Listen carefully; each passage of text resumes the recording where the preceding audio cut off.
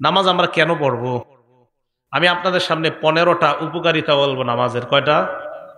একটু মন দিয়ে শুনেন। 1 নাম্বার, রাহাতুল লিল কালব। নামাজ পড়বো মনের শান্তির জন্য। অশান্তি যেই অন্তরে আছে, এই অশান্ত অন্তরকে শান্তি করার জন্য নামাজ পড়বো। সুবহানাল্লাহ। বলেন তো, নামাজ পড়লে অন্তর শান্তি দেয়, এই শান্তিটা দেয় কে? আল্লাহ। একটু মন দিয়ে শোনেন কথাটা। আমাদের দেশে এখন বিভিন্ন জায়গায় অ্যাড্রেস দেয়।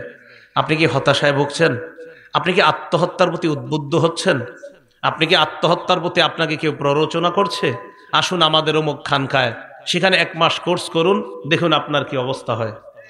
এগুলো আপনাকে বলবে। বিভিন্ন জায়গায় অ্যাড্রেস দেওয়া। আপনি কি হতাশায় ভুগছেন? আমাদের কোর্সটা আপনি 1 মাস করেন। এটা ঢাকায় কিন্তু খুব ব্যাপক হয়ে গেছে এখন এই কোর্স। আমি দেখছি সকালবেলা যেই টাইমে মানুষ হাঁটে না, ওই টাইমে একদল মানুষ কোথাও কোথাও বৈশা ওই কোর্স করে টাকা দিয়ে। আমি নাম বলছি না, যেটা হোক। তো এই যে কোর্স করে, কারণ ওই কোর্স যারা করাইতেছে তারা আমার পিছে খুব লাগছে। তো এই যে কোর্স কেন করাইতেছে? আপনার অশান্ত হৃদয়কে শান্ত করবে তারা, এটা তাদের কথা। আবু দাউদ শরীফের 4986 নাম্বার হাদিসের দলিল দিয়ে আপনারা একটা লিফলেট বানাবেন। ওই লিফলেটে লিখে দিবেন, আপনার অশান্তি অন্তরে, আপনি হতাশায় ভুগছেন, আসুন আমাদের মসজিদে ফিরি ফিরি নামাজ আদায় করেন, আপনার দিলে আল্লাহ শান্তি দান করবেন। আবু দাউদ শরীফের 4986 নাম্বার হাদিস।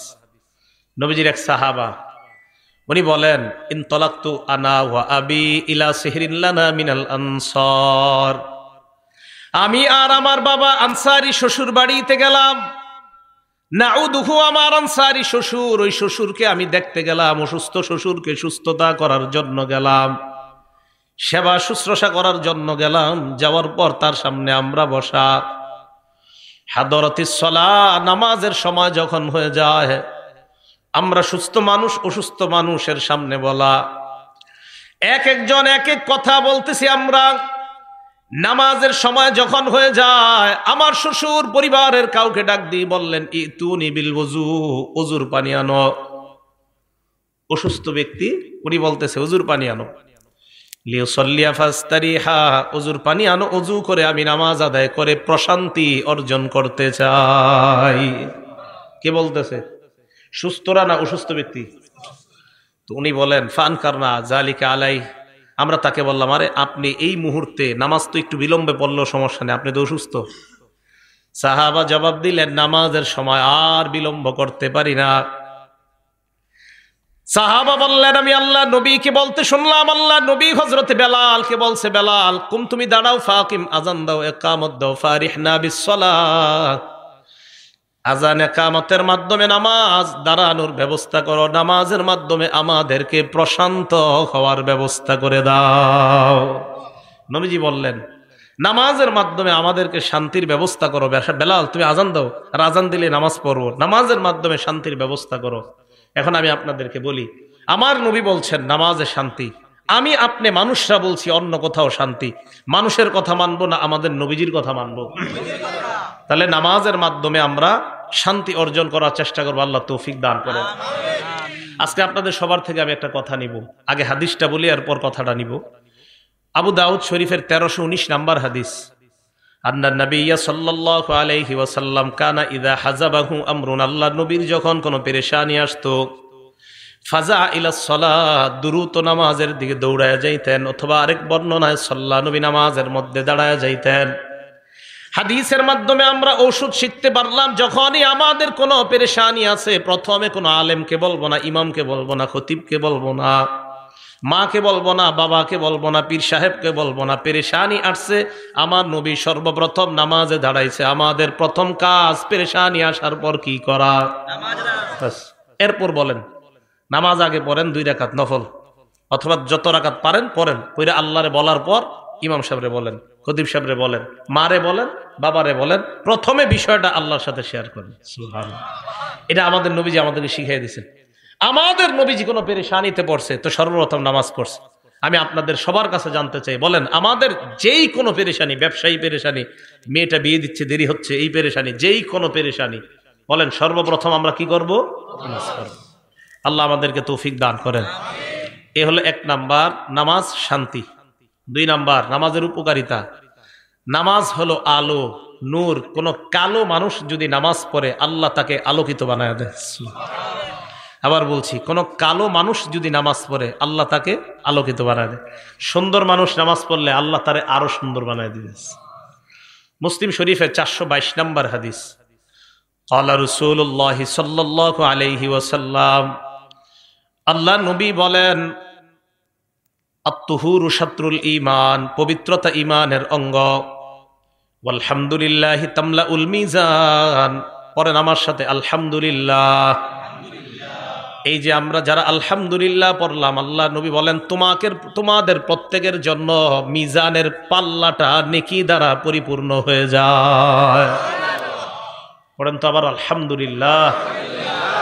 এটা আমাদের নবীজি বলছেন, তুমি বিশ্বাস করেন যতবার বলবেন ততবার মিজানের পাল্লা আল্লাহ ভরে দেয়।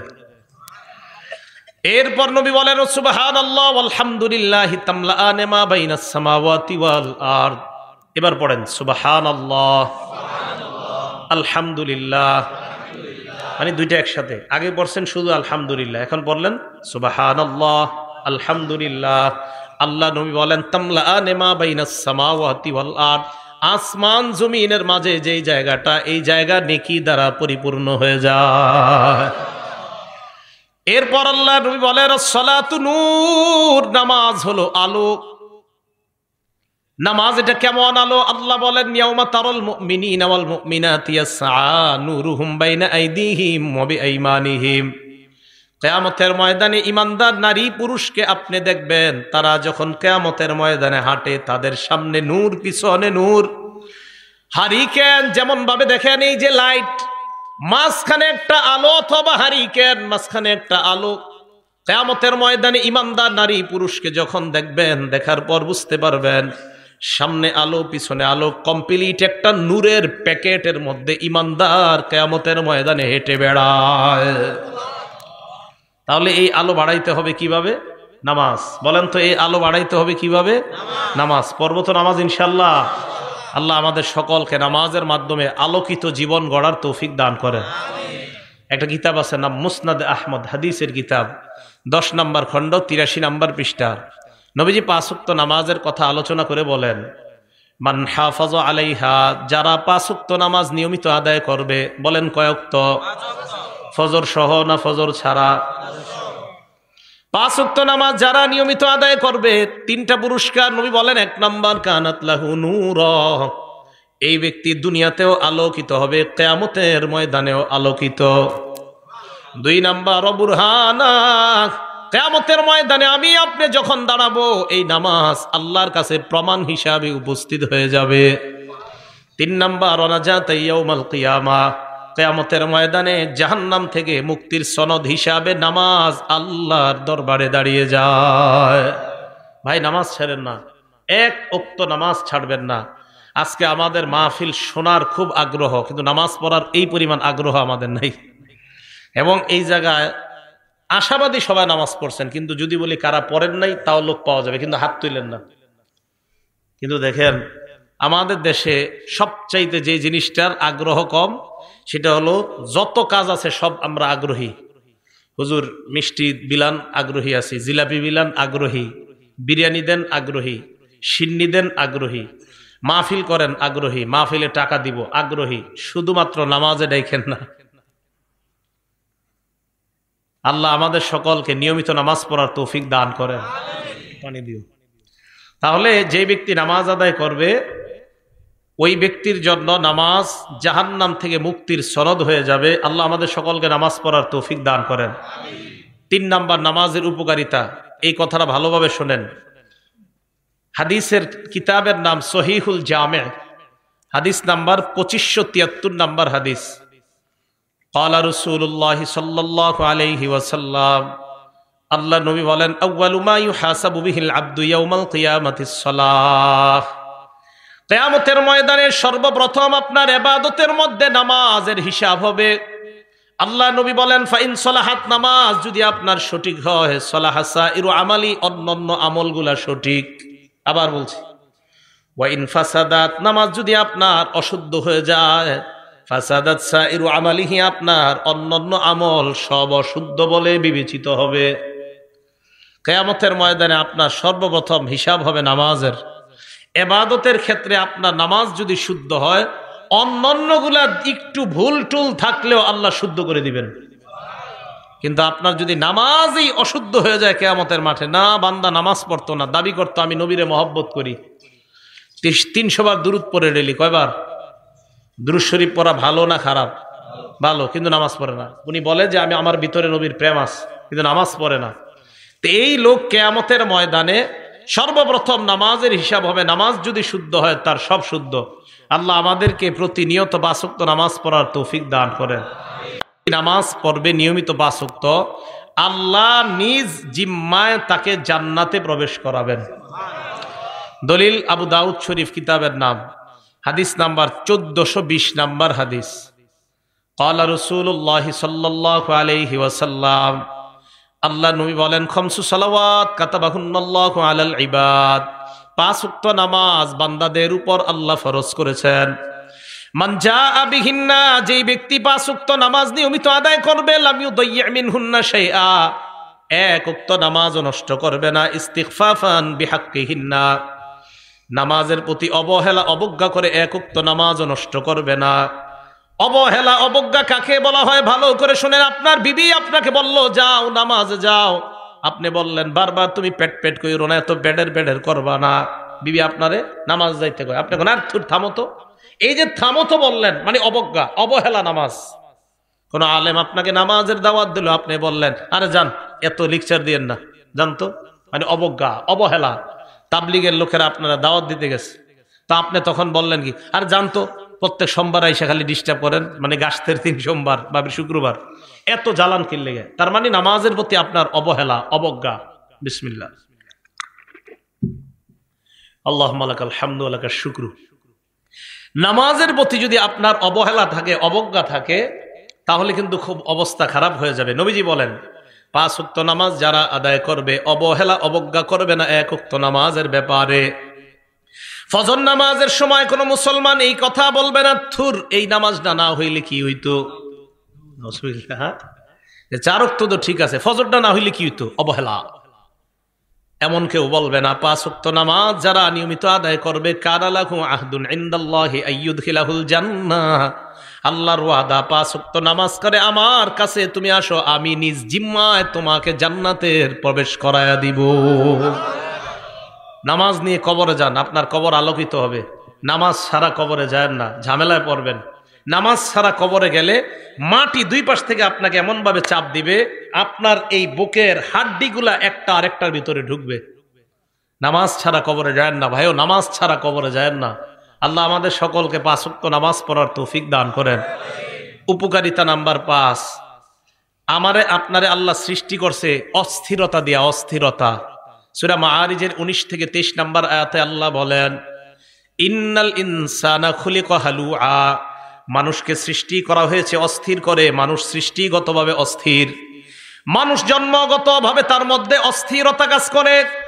আল্লাহ পাক রব্বুল আলামিন বলেন, ইযা মাসসাহুশ শাররু ইযা মাসসাহুশ শাররু জাযুআ, মানুষকে যখন কোনো অকল্যাণ স্পর্শ করে, জাযুআ মানুষ উৎকণ্ঠিত হয়ে পড়ে। খারাপ সময় আসছে আপনার, তখন আপনার কিছুই ভালো লাগে না। ওয়া ইযা মাসসাহুল খায়রু মানুআ, তাকে যদি কোনো কল্যাণ স্পর্শ করে, যদি টাকা পয়সা হয়ে যায়, 5-10 তালা বাড়ি হয়ে যায়, মানুআ তখন কৃপণ হয়ে যায়, দিতে চায় না। টাকা পয়সা হয়ে গেলে দিতে চায় না। তবে দেখেন, 1 অস্থির, 2 উৎকণ্ঠিত, 3 কৃপণ। আল্লাহ বলেন, ইল্লাল মুসাল্লিন আল্লাযীনা আলা সালাতিহিম দাঈমুন, যারা নিয়মিত নামাজ আদায় করে তাদের মাঝে এই 3টা স্বভাব থাকবে না। নামাজি যদি টাকাওয়ালা হয়, নামাজি যদি অর্থওয়ালা হয়, নামাজি যদি টাকাওয়ালা কোটি কোটি টাকার মালিক হয়ে যায়, আল্লাহ বলেন তার মধ্যে অস্থিরতা কাজ করবে না, উৎকণ্ঠা ভাব কাজ করবে না।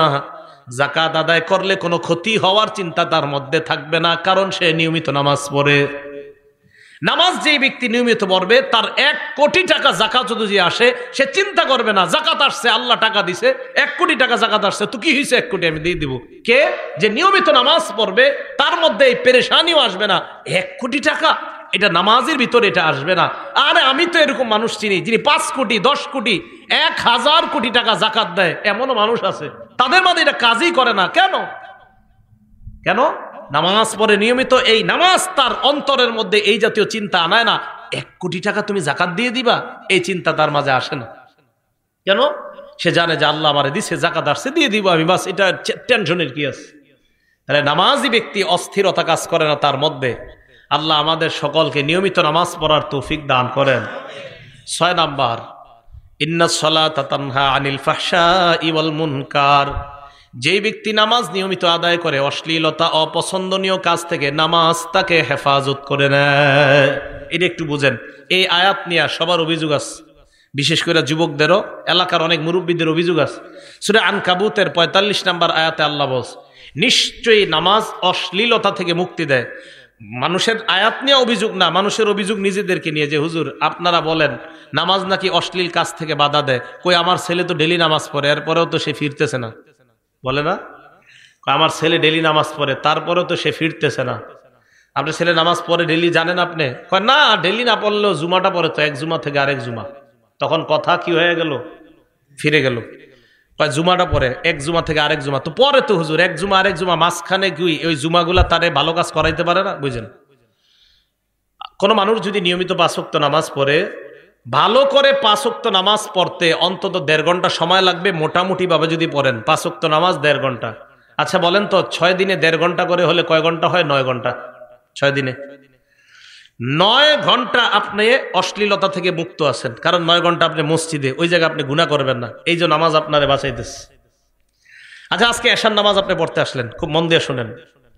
25 মিনিটে এশার নামাজটা বললেন, পড়ার পর গেট দিয়ে যখন আপনি বের হবেন, একজন মুরব্বী আপনাকে বলে, ভাই একটু তালিমের মধ্যে বসো, বসার পর এরপর তুমি বের হবা।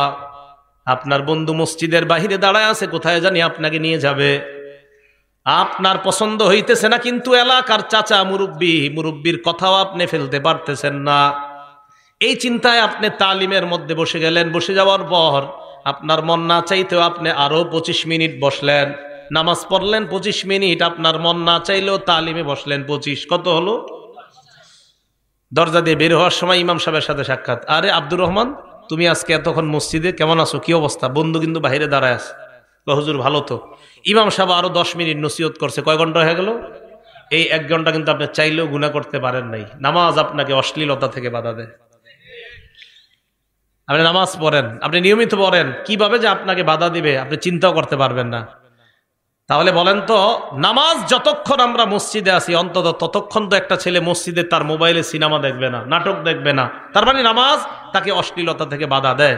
তাহলে আল্লাহ আমাদেরকে এইভাবে যদি নিয়মিত আমরা নামাজ পড়তে পারি, এক সময় দেখবেন এই নামাজ আমাদেরকে অপছন্দনীয় আর অশ্লীলতা থেকে বাধা দিতে দিতে আল্লাহর ওলির খাতায় আমাদের নাম আল্লাহ লিখে দিবেন। এই গেল 6 নাম্বার। 7 নাম্বারটা একটু মন দিয়ে শুনেন, নামাজ আপনার আগের জিন্দিগির সব গুনাহ মাফ করে দেয়। বিসমিল্লাহ। এই ব্যাপারে আপনাদের সামনে আমি 5টা হাদিস বলি। 1 নাম্বার, মুসলিম শরীফের 428 নাম্বার হাদিস।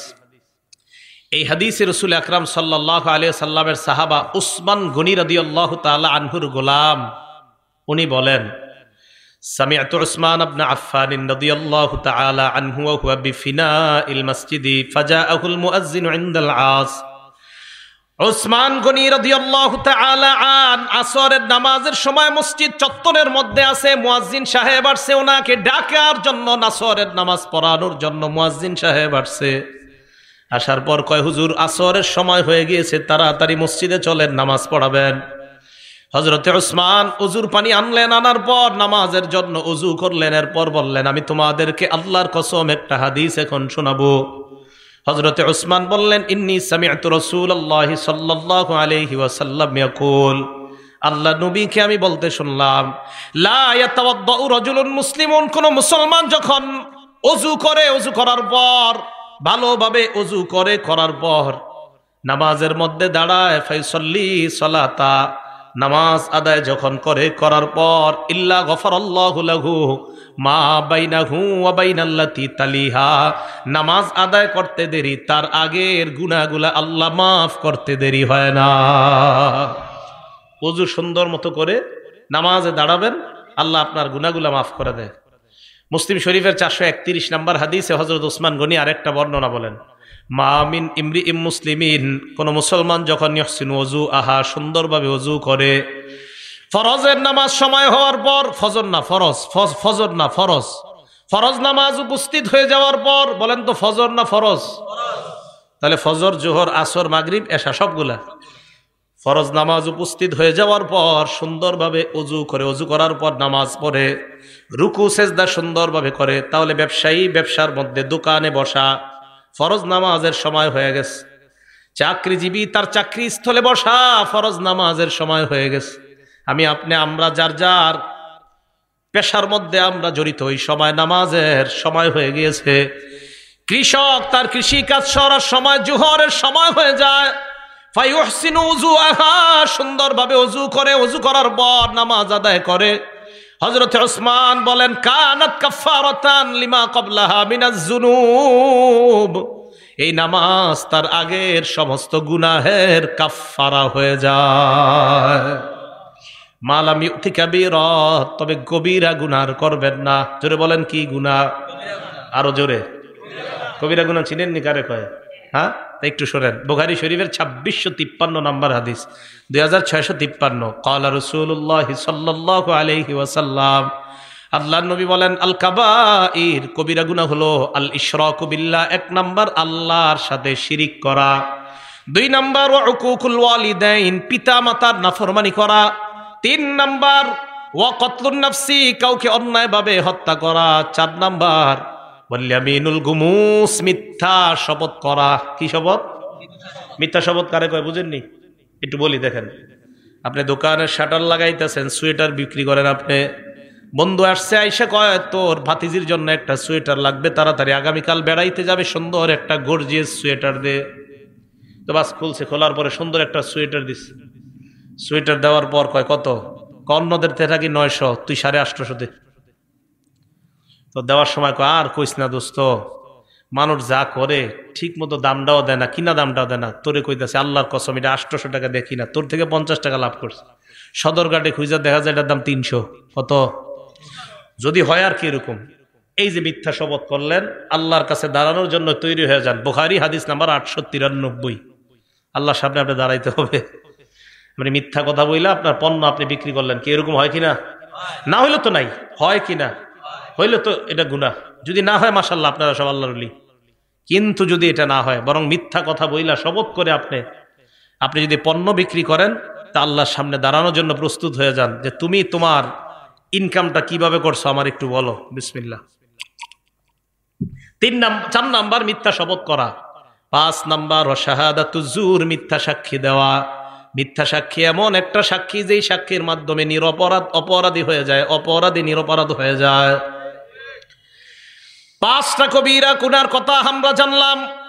এবার আপনাদের সামনে আমি 10টা এমন গুনাহের কথা বলবো, এর মধ্যে 7টা হলো গুনাহ, পরের 3টা, মোট 10টা, শেষের 3টা হলো এমন যে 3টা যদি না করেন গুনাহ। কিতাবের নাম মুসনাদে আহমদ, হাদিস নাম্বার 22075 নাম্বার হাদিসের বর্ণনা। মুআজ ইবনে জাবাল রাদিয়াল্লাহু তাআলা আনহুর বর্ণনা, তিনি বলেন, আওসানি রাসূলুল্লাহ বিআশারি কালিমাত, আল্লাহ নবী আমাকে 10টা উপদেশ দিয়েছে। গণবেন, বলেন নবীজি কয়টা উপদেশ দিয়েছে? আমারে আপনারে সবাইরে কয়টা উপদেশ? 1 নাম্বার, লা তুশরিক বিল্লাহি শাইআ ওয়া ইন কুতিলতা ওয়া হুররিকতা, আল্লাহর সাথে শিরিক করবা না, যদিও তোমাকে হত্যা করা হয়, যদিও তোমাকে জ্বালিয়ে দেওয়া হয়। বলেন, হত্যা করা হয়, জ্বালিয়ে দেওয়া হয়, আল্লাহর সাথে কি করা যাবে না? আল্লাহর সাথে শিরিক চিনেননি? কারে কয়? গরু জবাই করছেন, জবাই করার সময় বললেন আব্দুল কাদের জিলানীর নামে জবাই করলাম, এটা কি শিরিক? গরু জবাই করার সময় বললেন মুহাম্মাদুর রাসূলুল্লাহ সাল্লাল্লাহু আলাইহি ওয়াসাল্লামের নামে জবাই করলাম, শিরিক। কি বলেন তো? শিরিক। যেই শিরিক করে তার উপরে আল্লাহ পাক রব্বুল আলামিন অভিশাপ দেয়। মুসলিম শরীফ হাদিস নাম্বার 5018 নাম্বার হাদিস। এই হাদিসে রাসূল আকরাম সাল্লাল্লাহু আলাইহি সাল্লাম বলেন, লানাল্লাহ মান লাআনা ওয়ালিদা, ওই ব্যক্তিকে আল্লাহ অভিশাপ দেয় যেই ব্যক্তি তার মা বাবারে অভিশাপ দেয়। কোন সন্তান যদি তার বাবাকে বলে আপনার মতো বাবা না হইলে আমার অনেক ভালো হইতো, এই ছেলেরে আল্লাহ অভিশাপ দেয়। কোন ছেলে যদি তার মাকে বলে তুমি আমার মা না হইয়া অন্য কেউ মা হইলে ভালো হইতো, এই সন্তানকে আল্লাহ অভিশাপ দেয়। আসেনি এমন সন্তান? দুই নাম্বার ওয়ালা আনাল্লাহ মান যাবাহা লিগাইরিল্লাহ, ওই ব্যক্তিকে আল্লাহ অভিশাপ দেয় যেই ব্যক্তি পশু আল্লাহ ছাড়া অন্যের নামে জবাই করে। হুজুর 7 নামে কোরবানি দেন, আজকে থেকে বাংলার কয়েন না। হুজুর 7 নামে কোরবানি দেন, এটা আর বলবেন না। হুজুর 3 নামে কোরবানি দেন, আর বলবেন না। বলেন আমার সাথে, 7 জনের পক্ষ থেকে। সবাই বলেন, 7 জনের পক্ষ থেকে, 3 জনের পক্ষ থেকে, 4 জনের পক্ষ থেকে, আল্লাহর নামে। তাহলে 7 নামে না 7 জনের পক্ষ থেকে? নামে কার? এই ভুলগুলা কোরবানির সময় আর করেন না। একজনে ছুরি নিয়ে দাঁড়ায় দেখো, হুজুর 7 নামে, আর বললেন না এটা। হুজুর 7 জনের পক্ষ থেকে, আল্লাহর নামে। মনে থাকবে তো? তো যেই ব্যক্তি আল্লাহ ছাড়া অন্য কারো নামে জবাই করে তার উপরে আল্লাহ অভিশাপ দেয়। 3 নাম্বার ওয়ালা আনাল্লাহ মান গায়্যারা মানারাল আরদি। দেখেন তো এই অপরাধটা আপনাদের মাঝে আছে কিনা। যেই ব্যক্তি জমিন, অন্যের জমিন নিজের কবজায় নিয়ে নেয়, নিয়ে নেওয়ার পর বলে ক্রয় সূত্রে এই জমির মালিক আরিফ বিন হাবিব। আছে? অন্যের জমিন সামান্য, এই সামান্য একটু জমিন যদি আপনার আয়াত্তে নিয়ে বাস লিখে দিয়েছেন, ক্রয় সূত্রে এই জমির মালিক হাজি মোহাম্মদ মক, তার উপর আল্লাহ অভিশাপ দিতে থাকে। আল্লাহ 24 ঘন্টা তার উপর অভিশাপ চলতে থাকে। সে হজ করছে 50 বার। কয়বার? এই হজ করা অবস্থায় অভিশাপ চলতেছে, আরেকজনের জমি মেরে হজ করতেছে। এগুলো 3 নাম্বার। 4 নাম্বার ওয়ালা আনাল্লাহ মান আওয়া মুহদিসা। যে ব্যক্তি কোন বেদাতিকে আশ্রয় দেয় ওই ব্যক্তিকে আল্লাহ অভিশাপ দেয়। আপনাদের এলাকায় সালাগাই দিয়ে এক ব্যক্তি ঘুরতেছে, হঠাৎ আপনারা মনে করলেন লোকটা সালাগাই দিয়ে কেন হাঁটতেছে, মনে হয় ভিতরে কিছু আছে। চিন্তা ভাবনা কইরা তারা আপনারা পীর বানায়া দিয়ে এলাকার মধ্যে খানকা খুইলা দিলেন। আল্লাহ নবী কয় তোমার উপর আল্লাহ 24 ঘন্টা অভিশাপ দেয়, কারণ তুমি কেন বাটপারকে জায়গা দিলা। তাহলে শিরিক করা যাবে না। আবার আসেন আগের জায়গায়, নবীর 10 উপদেশ মনে আসেনি? ওখান থেকে এই হাদিসে আসলাম। 1 নাম্বার, আল্লাহর সাথে শিরিক করবা না, যদিও তোমাকে হত্যা করা হয়, যদিও তোমাকে জ্বালিয়ে দেওয়া হয়। 2 নাম্বার ওয়ালা তাউক্কান্না ওয়ালিদাইক ওয়া ইন আমারাকা আন তাখরুজা মিন মালিকা ওয়া আহলিকা। তোমার মা বাবা যদি তোমাকে সম্পদ থেকে আলাদা করে দেয়, তোমাকে যদি ত্যায্য করে দেয়, মা বাবার নাফরমানি করবা না। ঘর থেকে বের করে দিছে, সম্পদ থেকে বের করে দিছে, তুই পাবি না সম্পদ, এরপরেও মা বাবার সাথে নাফরমানি করা যাবে না। এখন মা বাবা বের করবে কি? ছেলে মা বাবারে বের করে দেয়। 2 নাম্বার, তোমার মা বাবা যদি তোমাকে সম্পদ থেকে বের করে দেয়, ত্যায্য করে দেয়, তাও তুমি তোমার মা বাবার কি করবা না? নাফরমানি করবা না। 3 নাম্বার, এই 3 নাম্বারটা শুনেন, ওয়ালা তাতরুকান্না সালাতান মাকতুবাতান মুতাআম্মিদা। বলেন ইচ্ছাকৃতভাবে, বলেন 1 ওয়াক্ত ফরজ নামাজ ছেড়ে দিবা না। নবীজি বলেন ইচ্ছাকৃতভাবে 1 ওয়াক্ত ফরজ নামাজ ছেড়ে দিবা না। ফাইন্না মান তারাকা সালাতান মাকতুবাতান মুতাআম্মিদান, কেউ যদি 1 ওয়াক্ত ফরজ নামাজ ইচ্ছাকৃতভাবে ছেড়ে দেয়, ফাকাদ বারিআত মিনহু জিম্মাতুল্লাহ, আল্লাহর জিম্মা তার থেকে উঠে যায়, ওই বান্দার দায়িত্ব আর আল্লাহ নেয় না। যা তোর যা মন চায় কর। 1 ওয়াক্ত ফরজ নামাজ যদি কেউ, সবাই মন দিয়ে শোনেন, 1 ওয়াক্ত ফরজ নামাজ যদি কেউ ইচ্ছাকৃতভাবে ছেড়ে দেয়, তার থেকে আল্লাহ জিম্মা উঠায় নেয়, তোমার যা মন চায় করো, আমি তোমার দায়িত্ব নিচ্ছি না। ভাই কথাটা খুব খুব খুব কঠিন কথা। বালিশে মাথা লাগায় চিন্তা করেন, 1 ওয়াক্ত নামাজ ইচ্ছাকৃতভাবে ছেড়ে দিলে আল্লাহ কষ্ট পায় আপনার উপর, আল্লাহ রাগান্বিত হয়। যা তোর যা মন চায় কর। তুমি দুনিয়ার সব পারলা, আর আমার জন্য নামাজটা পড়ার সময় তোমার যত অজুহাত, আমার কাপড় ঠিক নাই, আমার এই কাজ আছে, সেই কাজ আছে। মুসলমান দুনিয়ার সব করতে পারে, নামাজের সময় হাজারো অজুহাত দাঁড় করায়। তো নবীজি বলছেন 1 ওয়াক্ত নামাজ যদি কেউ ইচ্ছাকৃতভাবে ছেড়ে দেয়, তার থেকে আল্লাহর যে একটা দায়িত্ব আছে এই বান্দার জন্য উঠে যায়। তো যা মন চায় কর। তাহলে 3 নাম্বার, ওয়াদা করা যায় 1 ওয়াক্ত নামাজ ইচ্ছাকৃতভাবে স্বেচ্ছায় সজ্ঞানে আর ছাড়বো না ইনশাআল্লাহ। আল্লাহ কবুল করেন।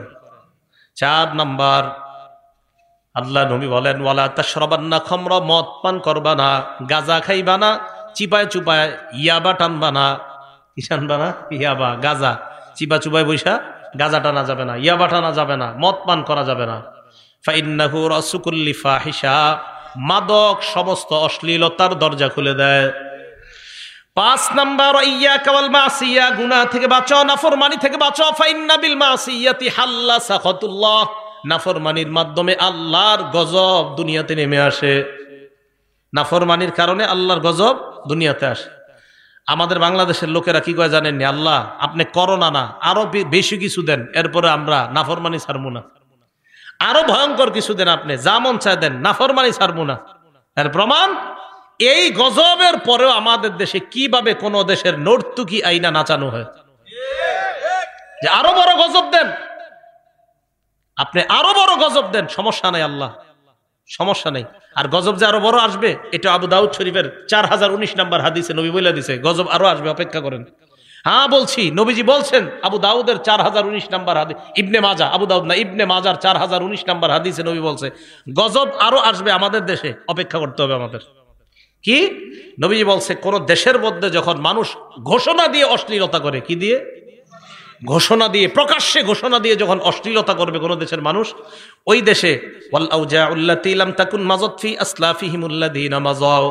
এমন এমন গজব আসবে যেই গজবের নাম অতীতের মানুষ কখনো শুনে নাই। করোনার নাম মানুষ শুনে নাই, ওমিক্রনের নাম মানুষ শুনে নাই, সিডর আইলা নাইলার নাম মানুষ শুনে নাই। তাহলে একের পরে এক নামে, এমন নামে গজব আসবে যে নাম আগে দুনিয়াতে ছিল না। এই জন্য দেখেন, করোনার কারণে কত কোটি কোটি মানুষ বেকার হয়ে গেল। এরপরে কিভাবে এমন গজবের কাজ করা হয় যে কাজের কারণে গজব আসে। আমি তো মনে করেছিলাম করোনার পরে আমাদের দেশের 90% মানুষ মনে হয় নামাজি হয়ে যাবে, তাদের ধ্যান ধারণা সব পাল্টায় যাবে, কিন্তু না, গজবের ইলেকট্রনিক মিডিয়া আমাদের এই যুব সমাজ সহ পুরা বাংলাদেশ সহ গোটা দুনিয়াটাকে ধ্বংসের দ্বার প্রান্তে নিয়ে গেছে। গজব আরো দেও আল্লাহ, সমস্যা নাই, আরো অপরাধ করবো আমরা, তুমি দেও যেমন চায়। মানুষের ভাবসাব এমন অপরাধের। 5 নাম্বার নবীজি উপদেশ দিলেন, নাফরমানি কইরো না, নাফরমানির কারণে আল্লাহর গজব আসে। মুসনাদে আহমদ একটা কিতাবের নাম, এই কিতাবের 26,638 নম্বর হাদিসে নবীজি বলছেন, ইজা জহারাতিল মাআসি ফি কওমিন, কোন এলাকায় যখন নাফরমানি ব্যাপকভাবে হবে, আম্মাহুমুল্লাহু বিআযাবিন মিন ইনদিহি, ওই এলাকার ভালো খারাপ সবার উপর আল্লাহ গজব দিবে। ভালো খারাপ সবার উপর। সাহাবারা কয়, হুজুর ভালো মানুষের উপর কেন দিবে? নবীজি বলেন, গজব আসবে যখন ভালো খারাপ দেখবে না, সবার উপর আসবে গজব। করোনায় ভালো মানুষ মারা গেছে না? ভালো মানুষও মারা গেছে, তাহলে গজব আসবে সবার উপর। নবীজি বলেন, কিয়ামতের ময়দানে ভালো মানুষগুলাকে আল্লাহ আলাদা করে জান্নাত দিয়ে দিবেন। তো বলতেছিলাম 5 নাম্বার উপদেশ, নাফরমানি থেকে বাঁচো। 6 নাম্বার, ওয়া ইয়্যাকা ওয়াল ফিরার মিনাজ যাহফি ওয়া ইন হালাকান নাস, জিহাদের ময়দানে সবাই যদি ধ্বংস হয়ে যায়, তুমি জিহাদের ময়দান থেকে পলায়ন করবা না। 7 নাম্বার, ইদা আসাবান নাস মাউতুন, কোন এলাকার মধ্যে যদি মহামারী লেগে যায়, ওয়া আনতা ফীহিম ফাসবুত, ওই এলাকার মধ্যে যদি তুমি থাকো, ওই এলাকা থেকে পালাবা না, ওই এলাকার মধ্যে তুমি অবস্থান করো। কোন এলাকায় মহামারী লাগছে, ওই এলাকা থেকে তুমি পালাও না, সেখানেই থাকো। বিসমিল্লাহ। বিশ্ব স্বাস্থ্য সংস্থা ঘোষণা দিল, সারা পৃথিবীতে লকডাউন দিল, আর বলল কি, যে যেখানে আছে সেখান থেকে যেন বের না হয়। এটা বিশ্ব স্বাস্থ্য সংস্থার ঘোষণা কিছুদিন আগে। আমাদের নবী 1500 বছর আগে বলে দিছে এই ঘোষণা। তার মানে মুসলমানদের পক্ষ থেকে আমরা দাবি জানাই, ও অমুসলমান সম্প্রদায় যারা আছেন, পুরা পৃথিবীতে এই ঘোষণা আপনারাও মেনে নেন। আমাদের নবী মানুষদের মধ্যে সবচেয়ে শ্রেষ্ঠ গবেষক ছিলেন। না হয় কিভাবে বলে দিলেন, যেই দেশে মহামারী লাগবে সেখানেই থাকো, সেখান থেকে বের হয়েও না। বিশ্ব স্বাস্থ্য সংস্থা এখন কইছে, আমাদের নবী 1500 বছর আগে কইছে। 7 নাম্বার, যেখানে মহামারী লাগে সেখানে থাকো, বের হয়েও না। 8, 9, 10 নাম্বারটা মন দিয়ে শুনেন সব অভিভাবকরা। 8 নাম্বার, আনফিক আলা ইয়ালিকা মিন তাওলিকা, তুমি তোমার সামর্থ্য অনুযায়ী, সাধ্য অনুযায়ী পরিবারের উপর খরচ করবা। বেতন আপনার 15,000, আপনার সন্তান আপনার কাছে একটা মোবাইল চেয়েছে, মোবাইলের দাম 20,000। বেতন কত? মোবাইলের দাম কত? 20,000। পরিবারে চালাবেন কিভাবে? এই সন্তান ওই বাবারে তখন সুদ নামক গুনাহে লিপ্ত করে। ওই বাবা তখন ছেলের দিকে তাকায় বাধ্য হয়ে ব্যাংক থেকে সুদ আনে। কি করবে?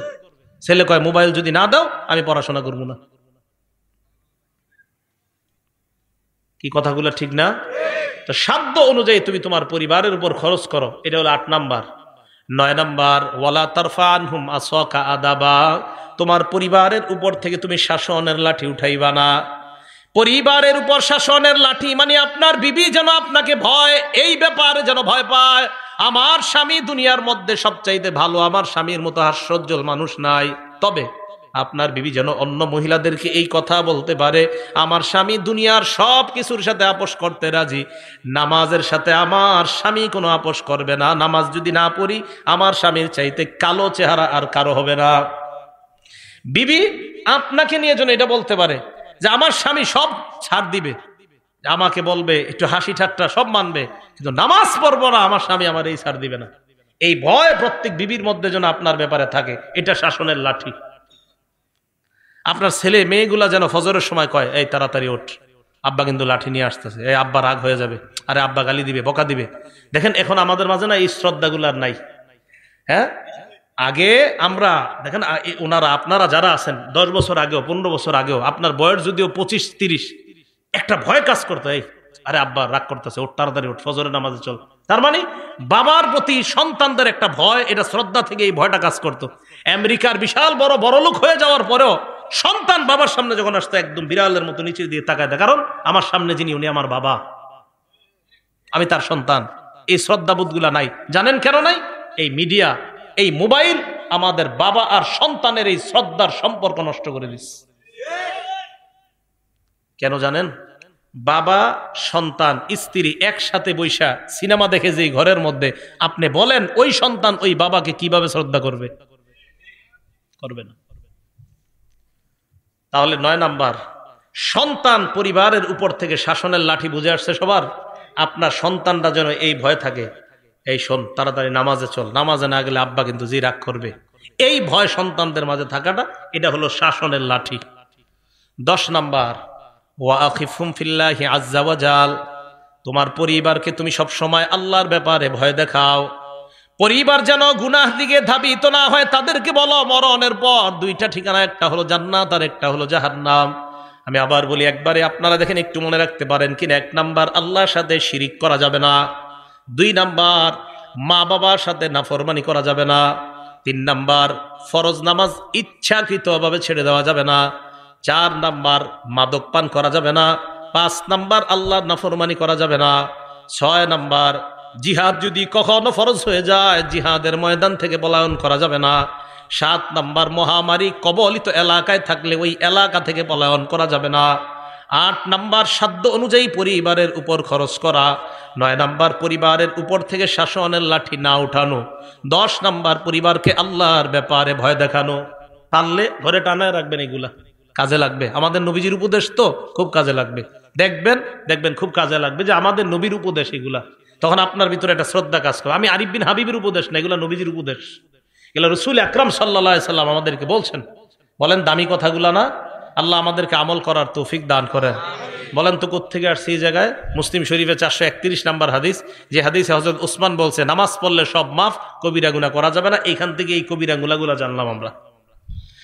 মুসলিম শরীফের 440 নাম্বার হাদিস। এই হাদিসে রাসূল আকরাম সাল্লাল্লাহু আলাইহি সাল্লাম বলেন, as-salawatul khams, 5 ওয়াক্ত নামাজ। ফজর পড়ছেন, জোহর পড়ছেন, আসর পড়ছেন, মাগরিব পড়ছেন, এশা। দেখেন নামাজ ফাঁকা, নামাজ ফাঁকা। মাঝখানে আপনার কিছু ভুলভ্রান্তি হয়ে গেছে, পরের নামাজটা পড়ার কারণে আগের গুনাহগুলা মাফ। বুঝে আসছে না সবার? এবার আল্লাহ নবী বলেন, ওয়াল জুমআতু ইলাল জুমআ, এক জুমা থেকে আরেক জুমা, মাঝখানে তুমি সালাত আদায় করছো, সব করছো, এরপরেও কিছু গুনাহ তোমার রয়ে গেছে, এখনো মাফ হয় নাই। 5 ওয়াক্ত নামাজও পড়ছেন, সব করছেন।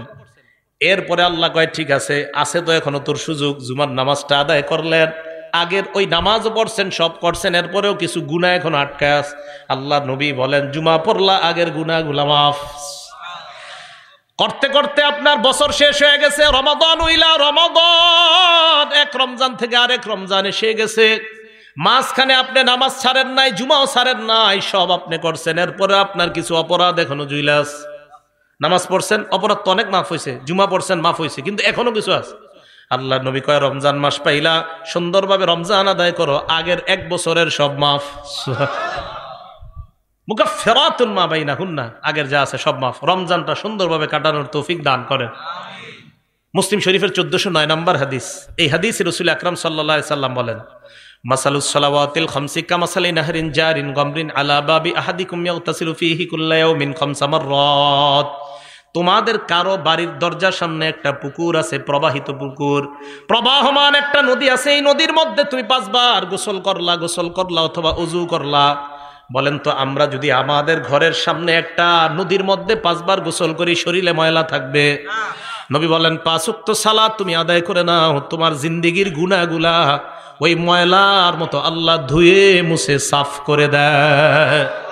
আচ্ছা, আরেকটা বর্ণনা আপনাদের শোনাই। নাম ফাতহুল বারি, 4 নম্বর খণ্ড, 344 নম্বর পৃষ্ঠা। তবে এই ফাতহুল বারির লেখকের নাম ইবনে রজব।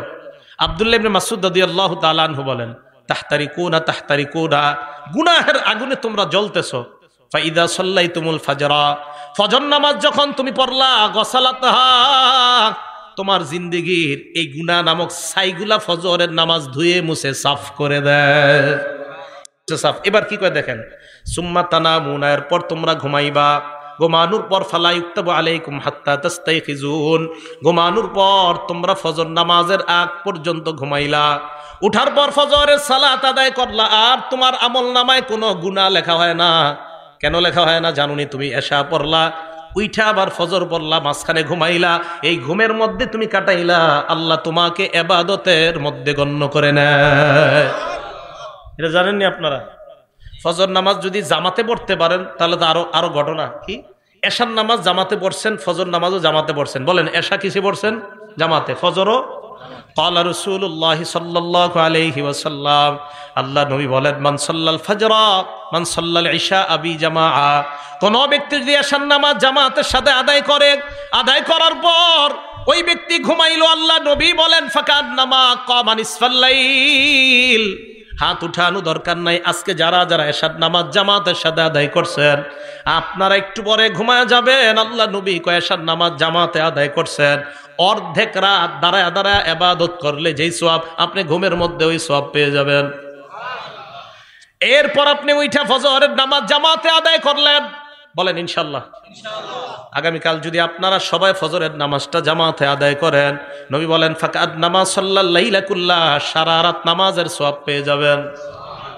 মুসলিম শরীফের হাদিস, 1377 নম্বর হাদিস। তাহলে নামাজ যদি আমরা পড়ি, এশা পড়ে যদি ঘুমাই, আর উঠা যদি ফজর পড়ি, বলেন ঘুম ও ইবাদতে গণ্য করে নিবেন কে? আল্লাহ। কি পড়বো তো ইনশাআল্লাহ?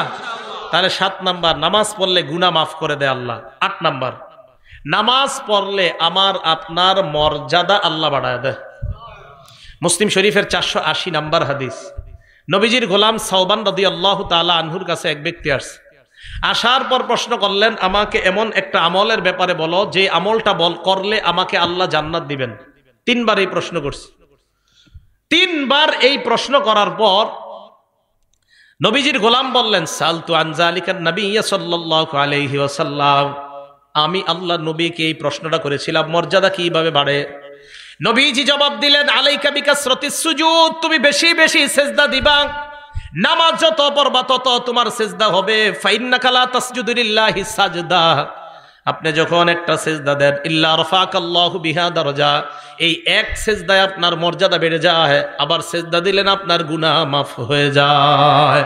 এক সিজদা দিলে মর্যাদাও বাড়ে, গুনাহ মাফ হয়। আরেক সিজদা দিবেন, আবার মর্যাদা বাড়ে, আবার গুনাহ মাফ হয়।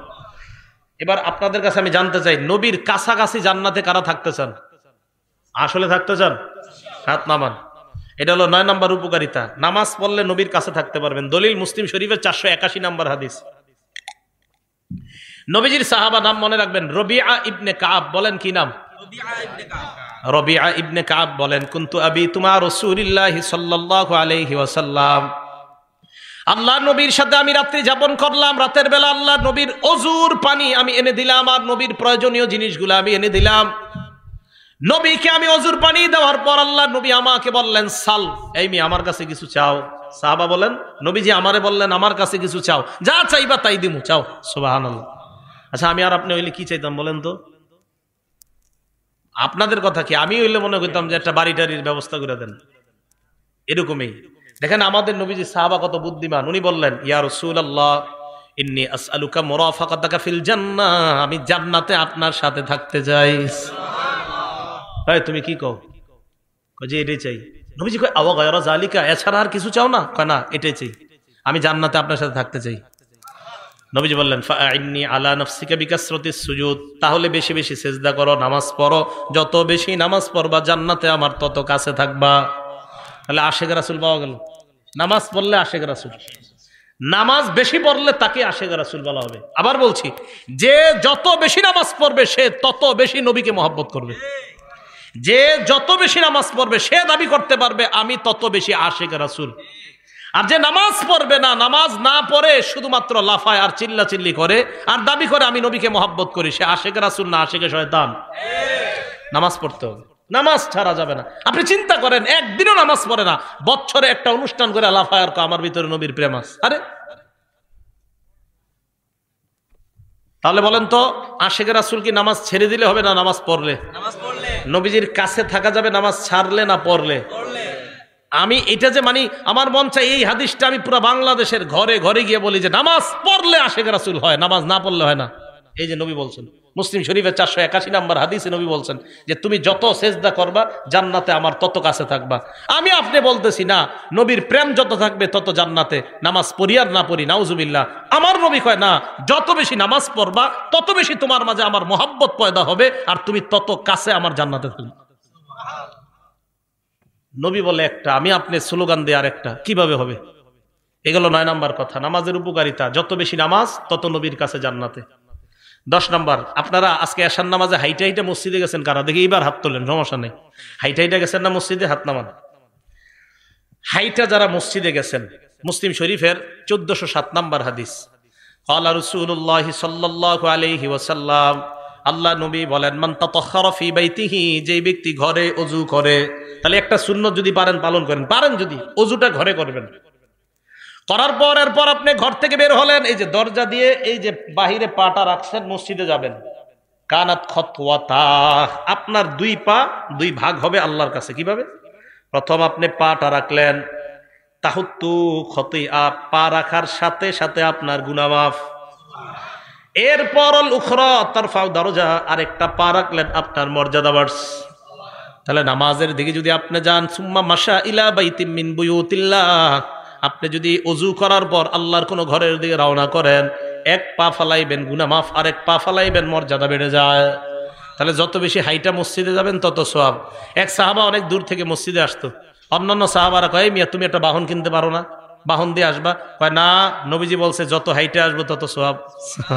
তাই আমি বাহন কিনি না। কয় মিয়া তুমি মসজিদের আশেপাশে ঘরটা বানাইতে পারো না? কয় না, নবী বলছে যত দূর থেকে আসবো তত বেশি সওয়াব। তাহলে 10 নাম্বার, যত বেশি হাইটে আমরা মসজিদে যাব তত বেশি সওয়াব।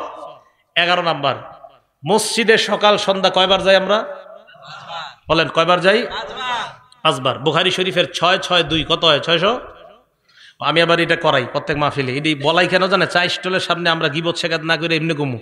হুজুর কালকে 662 কইছে, কয় কি? কয় বুখারী শরীফের 662 নাম্বার। মানে আমি চাইতেছি আমাদের মুসলমানদের কথাবার্তাগুলো এরকম হয়ে যাক, চা স্টলের সামনে বৈশা গিবত শেখায়তের পরিবর্তে এগুলা হোক যে বুখারী শরীফের হুজুর শিখাইছে 3-3-3-1 3331 নাম্বার হাদিস।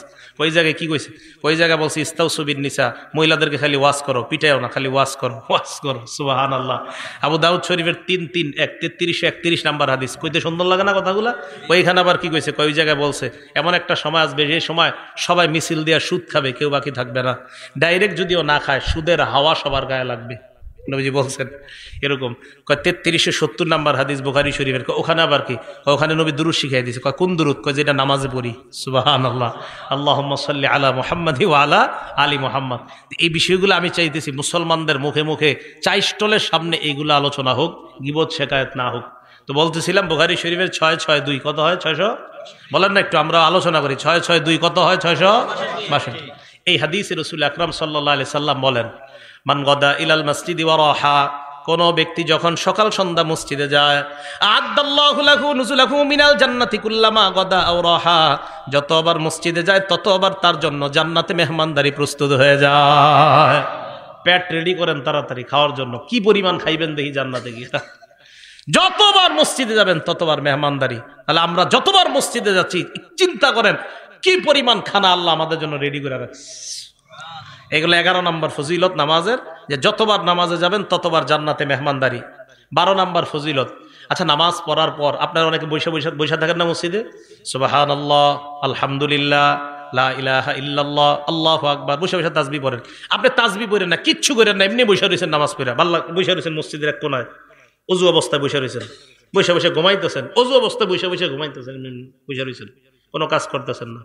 নবীজি সাল্লাল্লাহু আলাইহি সাল্লাম বলেন, বুখারী শরীফের 2119 নম্বর হাদিস, 2119, 2119, ঠিক না? 2119, 2119। এই হাদিসে রাসূল আকরাম সাল্লাল্লাহু আলাইহি সাল্লাম বলেন, আল মালাইকাতু তুসাল্লি আলা আহাদিকুম মা দামা ফি মুসাল্লাহুল্লাযী ইউসাল্লি ফীহ। নামাজ পড়ার পর মুসল্লি যেই জায়গায় বসে আছে, বসে থাকার পর ওই মুসল্লি যতক্ষণ মসজিদ থেকে বের না হয়, ফেরেশতারা তার জন্য আল্লাহর কাছে দুইটা দোয়া করতেই থাকে। এক নাম্বার ফেরেশতারা বলে, আল্লাহুম্মা সাল্লি আলাইহি, মাবুদ তুমি এই বান্দার উপর শান্তি নাজিল করো। মাবুদ গো, বেচারায় পেরেশানি হয়ে মসজিদে বসে আছে, আল্লাহ আমরা ফেরেশতারা বলতেছি তারে তুমি শান্তি দিয়ে দাও।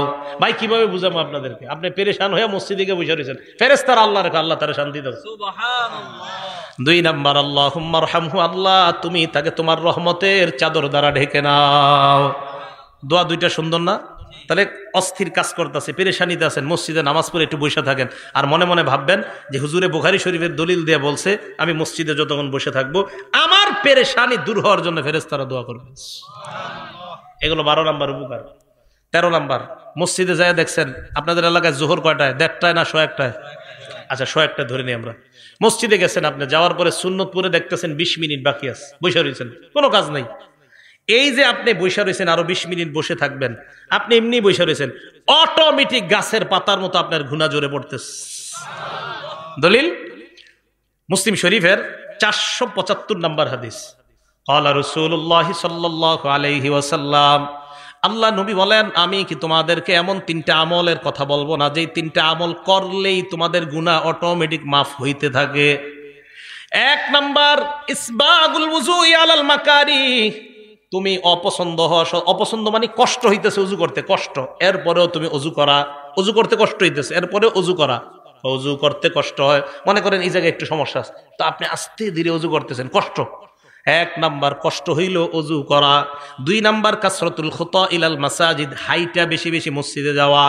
3 নাম্বার, ইন্তিজারুস সালাতি বাদাস সালাহ, নামাজের অপেক্ষায় বসে থাকা। এই 3টা আমল তোমরা করতেছো, গাছের পাতার মতো গুনাহ জড়ে পড়ে যায়। এই জায়গায় গাছের পাতা শব্দটা নাই, এখানে আসছে গুনাহ জড়ে পড়ে। আরেক হাদিসে আসছে নবীজি সাল্লাল্লাহু আলাইহি সাল্লাম বের হইতেছে, সাহাবা তাকায় রইছে, তো মাথায় লাইগা গাছের পাতা জড়ে পড়তেছে, তাকায় রইছে। নবীজি বলেন, কি ব্যাপার, আশ্চর্য হইতেছো, গাছের পাতা পড়তেছে? এই গাছের পাতাগুলা যেইভাবে পড়ে নামাজ পড়বা, এইভাবে তোমার গুনাহগুলা ঝরে পড়েছে। তাহলে 13 নাম্বার আমরা জানলাম, মসজিদে গিয়া অপেক্ষা করলেও কোনো লস নাই। কিন্তু আপনারা কি করেন জানেন? 1:01টার সময় যদি 1:16 বাজে যায় অথবা 17, ইমাম সাহেব আসে না, সবাই একসাথে মিছিল দিয়া, হুজুর আসে না কেন? হুজুর আসে না কেন?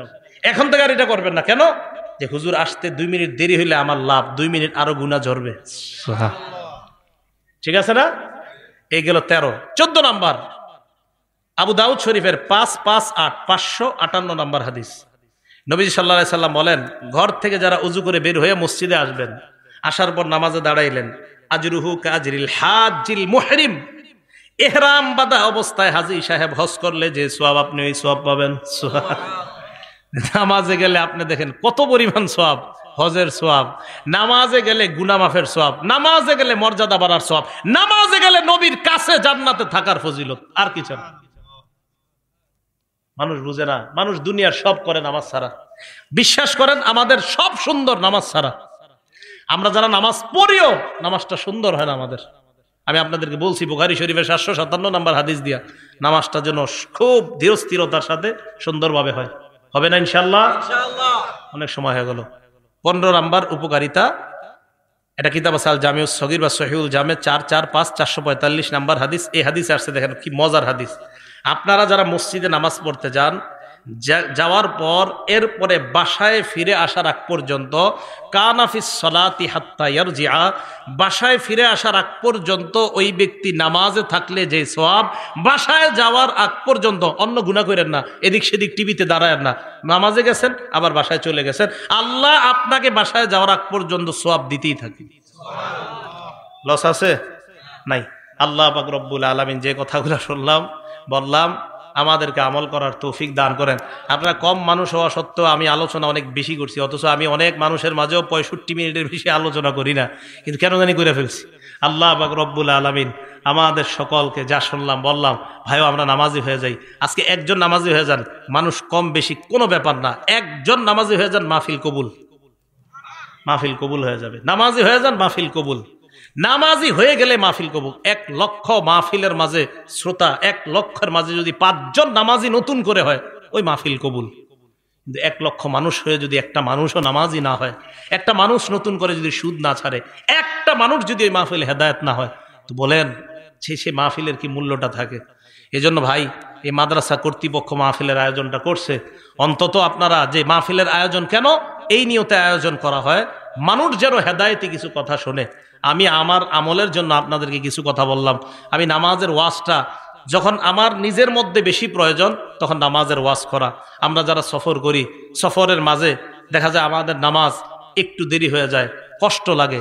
আহারে অনেক সময় জ্যামে পড়ে থাকার কারণে তখন দেখা যায় জামাতে নামাজ পড়া হয় না। কত নিয়ত করছি আজকে এশার নামাজটা জামাতে পড়বো, বিশ্বাস করেন এক জায়গায় দাঁড়াইছি, দাঁড়ানোর পর দেখলাম নামাজটা শেষ হয়ে গেছে। এরপরে আসলাম আপনাদের ওইদিকে একটা মসজিদ, ওখানেও দিকে নামাজ শেষ। আরেক জায়গায় থামাইলাম, ওখানেও নামাজ শেষ। ভাবলাম 15তে জামাত, গিয়ে দেখি না ওই জায়গায় জামাত হয়ে গেছে 8টায়। আরেক জায়গায় ভাবলাম 15তে জামাত, এখানে এসে দেখি না ওখানে 8টায় হয়ে গেছে। আরেক জায়গায় ভাবলাম ওখানে গিয়ে 15তে পাবো, সেখানে আসতে আসতে 8:30 বেজে গেছে। তো এইভাবে দেখেন সফরের মধ্যে অনেক সময় এইগুলা মেনটেন করা কষ্টকর হয়ে যায়। তো আমি চিন্তা করলাম এরকম হইতেছে কেন, মানে নামাজের ওয়াজ করা দরকার। তাই আজকে আপনাদের সামনে নামাজের ওয়াজ করলাম, আমার মাঝেও নামাজের গুরুত্বটা যেন বেড়ে যায়। কেন জামাত পাইলাম না, কেন জামাত পাইলাম না? নিশ্চিত কোনো অবহেলা আছে, তাই জামাত পাইনি। অবহেলা না থাকলে আল্লাহ পাওয়াই দিত। কোনো সমস্যা আছে অবশ্যই, না হয় অন্য দিন তো আমরা পাই, অন্য জায়গায় তো জামাত পাই, কেন মাঝে মাঝে এরকম পাই না? তো বুঝি যে কোনো গুরুত্বহীনতা, অবহেলা হচ্ছে কোথাও। তাই জন্য আমার দরকার সর্বপ্রথম ভাই, আমরা সবাই নামাজি হয়ে যাই। 1 ওয়াক্ত নামাজ ছাড়েন না, 1 ওয়াক্ত নামাজ কাজা করবেন না, 1 ওয়াক্ত নামাজ কাজা করবেন না। বাবা লাগেন, ভাই লাগেন, স্টেজে আসেন, পায়ে ধরতে বলেন, তাও ধরতে রাজি আছে। নামাজ ছাড়েন না, দুনিয়ার সব কিছুর সাথে আপোষ করেন, নামাজের সাথে আপোষ করেন না। 1 ওয়াক্ত নামাজ ছাড়েন না। বিশ্বাস করেন, নামাজ যদি আপনি ছেড়ে দেন, আল্লাহ আপনি নামাজ ছেড়ে দিলে আর কবে আপনি আল্লাহরে রাজি করবেন বলেন? আপনি আল্লাহ, যে আল্লাহ আপনারে বানাইলো, আল্লাহ বললেন 5 ওয়াক্ত নামাজ। দেখেন তাবলিগওয়ালা সাথী ভাইয়েরা দাওয়াত দিতে গেলেই বলে লুঙ্গির একটু সমস্যা আছে, আপনি যান পরে আসতেছে। 7 দিন দাওয়াত দেয়, তাও একই কথা বলে পরে আসতেছে। সব কিছু তার রেডি আছে। একটু ভাবেন তো, আপনার যদি গিয়ে বলতো 1 প্যাকেট বিরিয়ানি দেওয়া হবে, কেউ হাসবেন না। আপনাকে নামাজের কথাটা বললে আপনি বলেন একটু পরে আসতেছে। আপনি একটু সত্যি করে বলেন যে আপনাকে একটা বিরিয়ানির কথা যদি বলতো, কাচ্চি দেওয়া হবে 1 প্লেট, ঠিক আপনি চলে আসতেন। তাহলে আপনি 1 প্যাকেট কাচ্চির কাছে আপনারা নিজে আনতে পারেন। তো আল্লাহ বলতেছে একটু নামাজে আসো, তখন আপনি কত অজুহাত দাঁড় করান, ভাই একটু দোকানে থাকতে হবে, হুজুর এই সমস্যা আছে, সেই সমস্যা। আজকে থেকে একটা নিয়ত করে ফেলেন, পৃথিবীর সব জায়গায় অজুহাত দাঁড় করালেও নামাজের ক্ষেত্রে কোনো অজুহাত দাঁড় করাবো না, ঠিক আছে না ইনশাল্লাহ? এখন কথা হলো, আজকে তো ওয়াজ করে চলে গেলাম, আপনাদের মাঝে এগুলো থাকবে কিভাবে? মসজিদে নিজেদের মধ্যে নামাজের আলোচনা বেশি করবেন। নিজেদের মাঝে যখন নামাজের আলোচনা বেশি হবে, চা দোকানের সামনে নামাজের আলোচনা বেশি হবে, ক্ষেতের পাশে 2 জন দাঁড়ায় গল্প করতেছেন, যখন নামাজের আলোচনা বেশি হবে, দেখবেন যেই জিনিস আপনার মাঝে কম আমলের ক্ষেত্রে ওইটার আলোচনা বাড়াইয়া দিবেন, আমল শুরু হয়ে যাবে ইনশাআল্লাহ। তো দেখবেন যদি যে আমার মাঝে মনে হয় নামাজের গুরুত্ব একটু কম, তখন নামাজের আলোচনা বেশি আরেকজনের সাথে করবেন। আসেন মুরব্বী, একটু নামাজের ব্যাপারে আপনি আমারে কিছু শিখান, আমি আপনারে কিছু শিখাই। তো দেখবেন নতুন করে নামাজের প্রতি আবার জজবা তৈরি হইতেছে। আল্লাহ পাক রব্বুল আলামিন আমাদের সকলকে, এলাকার নারী পুরুষ সকলকে আল্লাহ 5 ওয়াক্ত নামাজ সময় মতো যেন পড়তে পারে আল্লাহ তৌফিক দান করেন। আমিন। ওয়া আখিরু দাওয়ানা আনিল হামদুলিল্লাহি রাব্বিল আলামিন।